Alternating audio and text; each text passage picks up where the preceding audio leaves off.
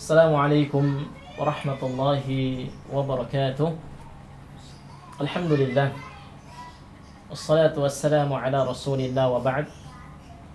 Pemirsa Taubat TV yang semoga dirahmati oleh Allah subhanahu wa ta'ala.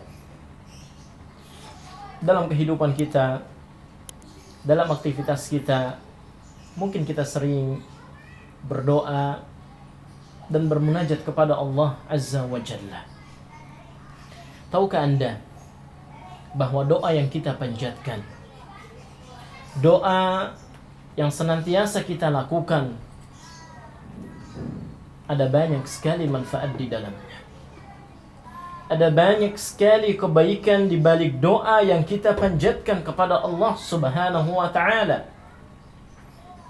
Dan tentu kita harus yakin, kita harus mengetahui bahwasannya Allah Azza wa Jalla menjanjikan kepada kita sekalian bahwa Allah akan mengabulkan doa-doa kita.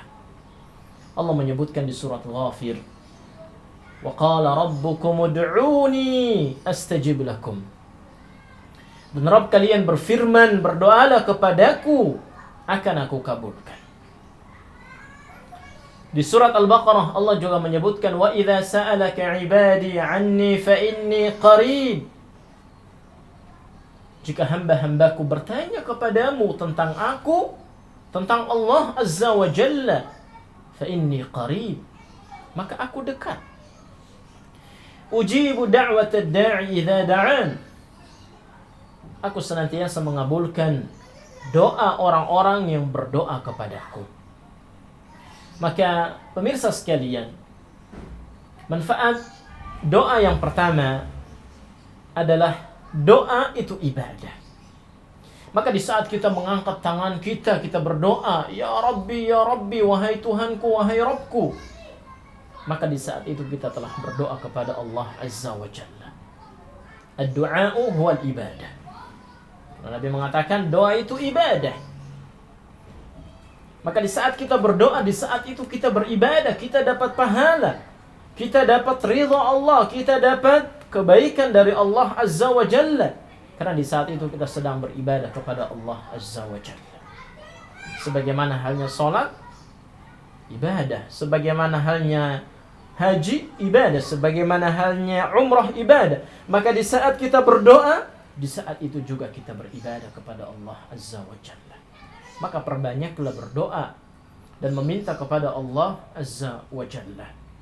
Kemudian yang kedua, doa ini sebagai penolak bala. Doa yang kita panjatkan, doa yang kita minta kepada Allah, maka doa tersebut menjadi sebab Allah Azza wa Jalla memalingkan dari kita malapetaka, mara bahaya yang seharusnya menimpa diri kita. Dan yang ketiga, doa itu sesuatu yang sangat-sangat bermanfaat. Tidak akan pernah sia-sia ketika Anda mengangkat tangan Anda, kemudian Anda meminta kepada Allah, kemudian Anda berdoa kepada Allah Azza wa Jalla. Disebutkan dalam hadis riwayat Ahmad bahwa Nabi SAW bersabda, "Ma min muslim yad'u Allah bi da'watin laysa fiha ithmun wala qati'atu rahimin illa a'tallahu biha ihdath thalath." Tidaklah seorang mukmin berdoa kepada Allah dengan satu doa yang tidak ada unsur dosa di dalamnya dan tidak ada unsur pemutusan silaturahim, melainkan Allah akan memberi kepadanya 3 keutamaan.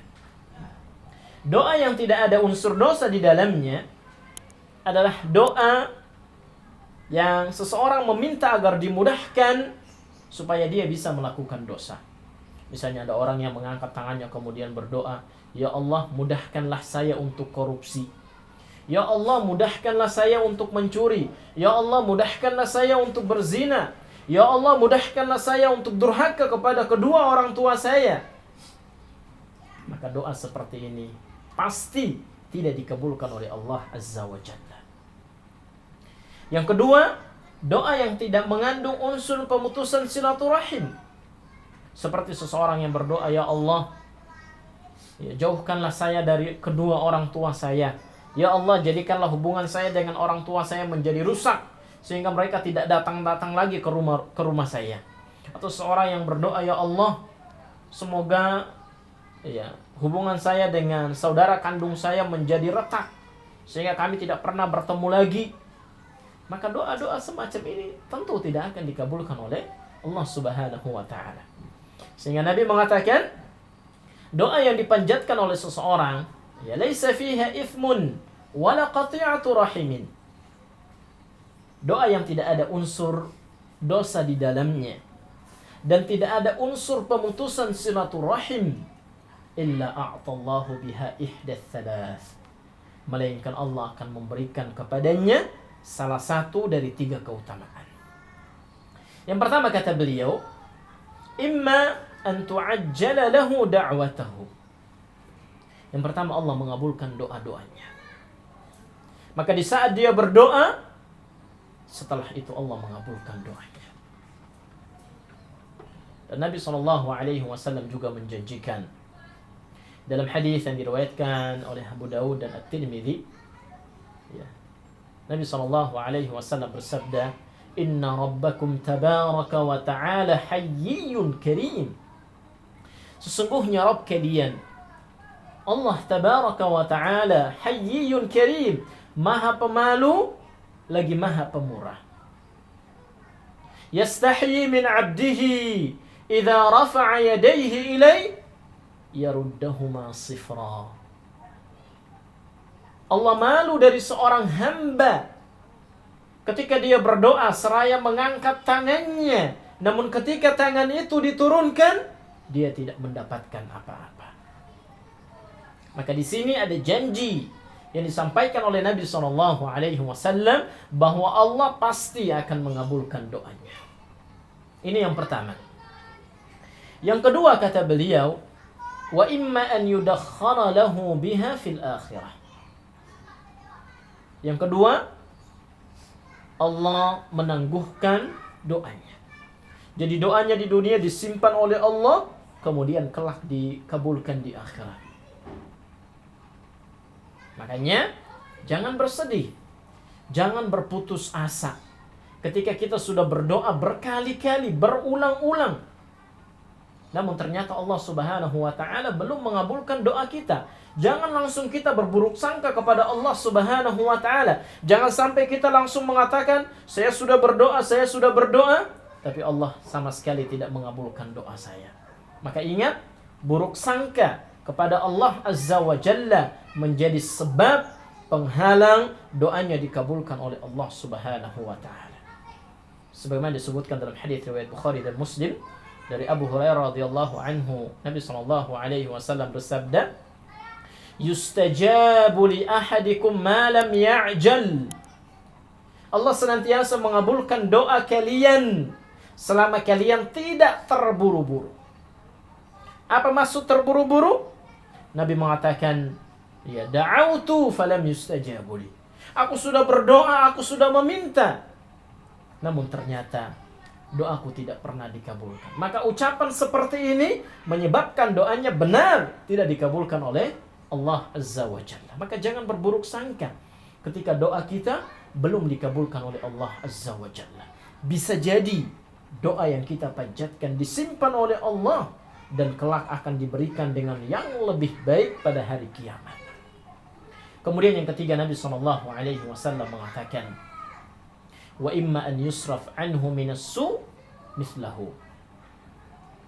Yang ketiga, Allah akan memalingkan darinya malapetaka, mara bahaya, musibah yang seharusnya menimpa dirinya, yang seharusnya menimpa keluarganya. Tapi semua itu dipalingkan oleh Allah Azza wa Jalla disebabkan oleh doa-doa yang ia panjatkan. Maka jangan malas berdoa. Sering-seringlah meminta kepada Allah Azza wa Jalla, karena semakin sering kita berdoa, Allah Subhanahu wa ta'ala semakin senang. Kemudian manfaat doa yang keempat, bahwa doa sebagai penolong seorang muslim. Ketika dalam kehidupan ini kita mendapati banyak permasalahan, banyak problematika, banyak kepahitan hidup, maka berdoalah kepada Allah Azza wa Jalla. Minta solusi kepada Allah Azza wa Jalla. Karena hanya di tangan Allah segala perkara yang sulit menjadi mudah. Hanya di tangan Allah segala sesuatu yang tadinya mustahil bisa terwujud. Tidak ada yang mustahil bagi Allah Azza wa Jalla. Ada orang yang sudah bertahun-tahun tidak punya anak, 9 tahun, 10 tahun, tapi mereka tidak pernah putus asa. Mereka senantiasa berdoa, berharap, meminta kepada Allah Azza wa Jalla, dan kemudian Allah memperkenankan doa mereka. Maka tidak ada yang mustahil bagi Allah Azza wa Jalla. Ketika Allah berkehendak, kun fayakun. Jadi, maka jadilah.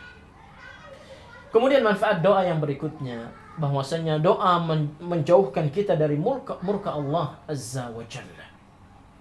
Nabi SAW bersabda dalam hadis yang diriwayatkan oleh Abu Dawud dan Tirmidzi, beliau mengatakan, "Man lam yas'alillah yaghdab alaih."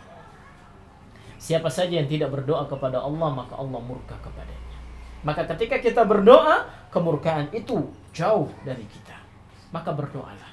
Perbanyaklah berdoa kepada Allah. Karena manusia, sehebat apapun dia, sepintar apapun dia butuh dengan pertolongan Allah Azza wa Jalla.